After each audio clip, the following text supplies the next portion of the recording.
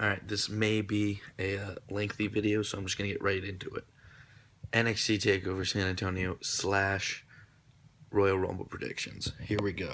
I'm going to try not to ramble too much, but I probably will. I got the card right in front of me on old Wikipedia. Start with San Antonio. I really am not that caught up on NXT. I know the results each week, but I haven't watched. I'm gonna say this right now, and I've said it on Twitter. I think this is gonna be one of the weaker NXT shows. I still think it's gonna be good, but I think the Royal Rumble is gonna blow it out of the water. Where usually the NXT show blows, or the NXT show blows the WWE show out of the water. But here we go: Roderick Strong versus Andrade Almas. The last NXT I watched, Andrade was a heel, but he still was getting cheered, and he never got cheered as a face. It was weird, but I want to think that they're gonna put over Almas, but I hope they put over Strong. I'm just gonna pick Strong. Almas can get the loss and go into deeper rage and become a bigger heel. I don't know.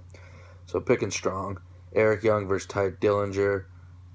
This may be a feud Dillinger can actually win. I don't think he's ever won a feud.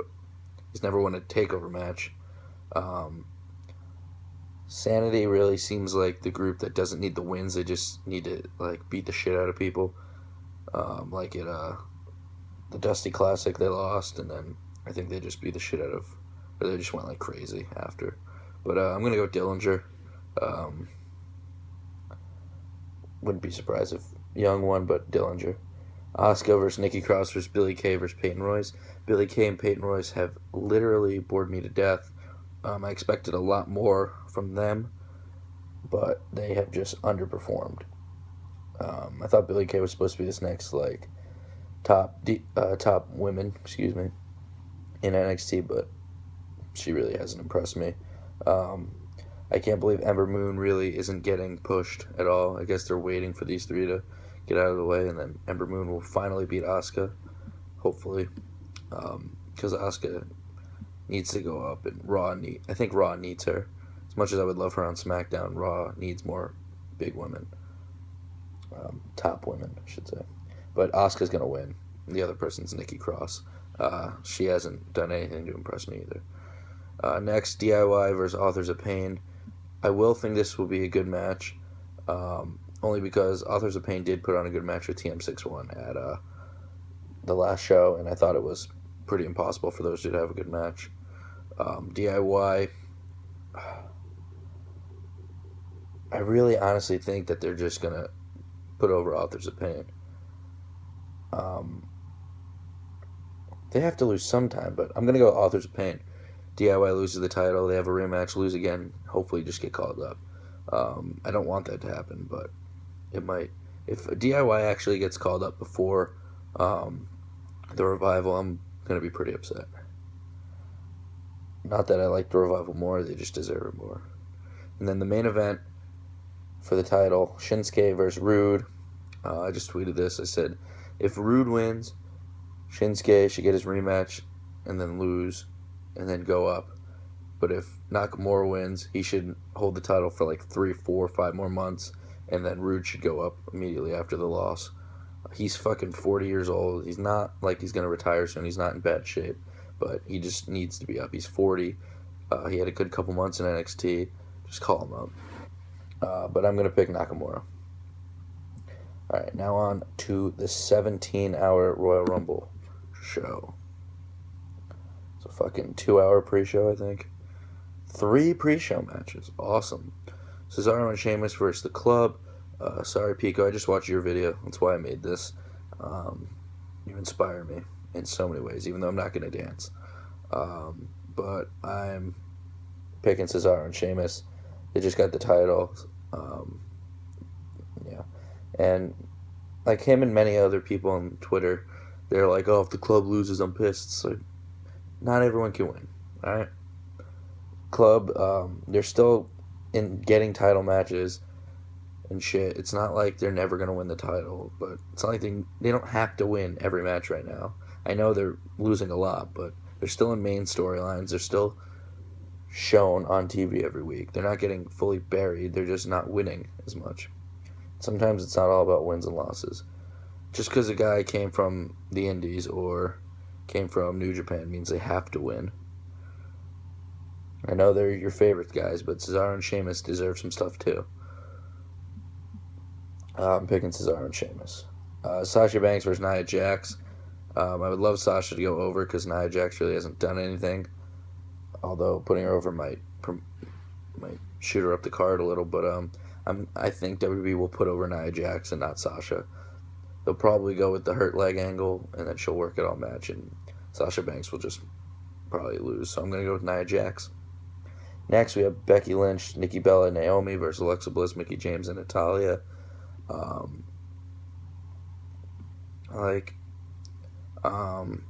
The faces are gonna faces always win these types of matches. Becky, Nikki, Naomi, they're gonna win. Natalya will get pinned or submitted. Just makes booking sense. You have Becky Lynch, who's trying to get back after losing her title and her rematch, so she'll probably win that match. And set herself up for maybe the blow-off match where Bliss will probably win again and then end the feud. But yeah, you don't have the heels win that match, or you don't have the champion win that match, at least. That's why they have Natalya there to take the fucking pin or submission. Kevin Owens versus Roman Reigns. No disqualification match. Chris Jericho will be suspended above the ring in a shark cage. Fucking sexy pinata.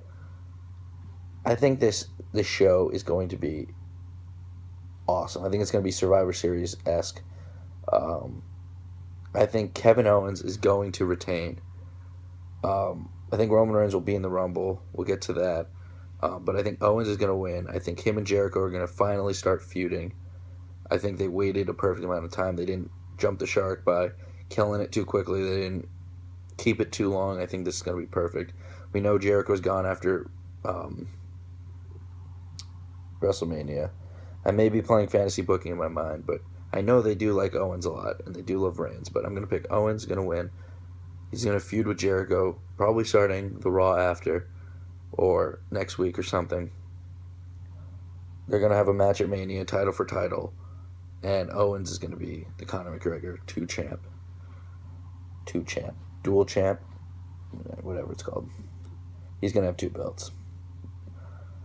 Next, AJ Styles versus Cena. I think we're getting another shocker. I think AJ is going to retain. I think this feud, I think he's going to cheat. I think it's going to go to WrestleMania, because now Cena's not facing Undertaker. There's no one else for Styles to face, because I don't think Styles is going to face Undertaker.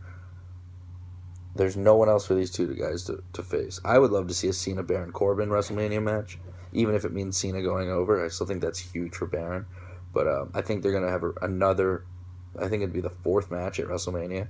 Then John Cena wins. Then he gets 16 times. That I'm okay with. It's a huge moment, 16 times, even though Ric Flair was a 2-time WWE champ, I think, too. But, like, AJ Styles has more titles than Ric Flair did, but whatever. AJ's going to go over here, probably by cheating. John Cena's like, oh, you cheated, blah, blah, blah, you're a coward, fight me at WrestleMania. Boom, WrestleMania. Or something happens at Elimination Chamber. I don't know. But Cena, I think, is going to get his 16 at Mania. And again, like I said, that's fine. At least Styles was champ going into Mania, and he had a lengthy run. I think this extra 2 months will push it. I know they would probably... I won't be surprised at all if Reigns and Cena win, but it's just like Owens and Styles have been the guys carrying the title in the months that aren't leading up to WrestleMania. And then right as the WrestleMania push goes, you take it away and you're like, oh, nope, Cena reigns.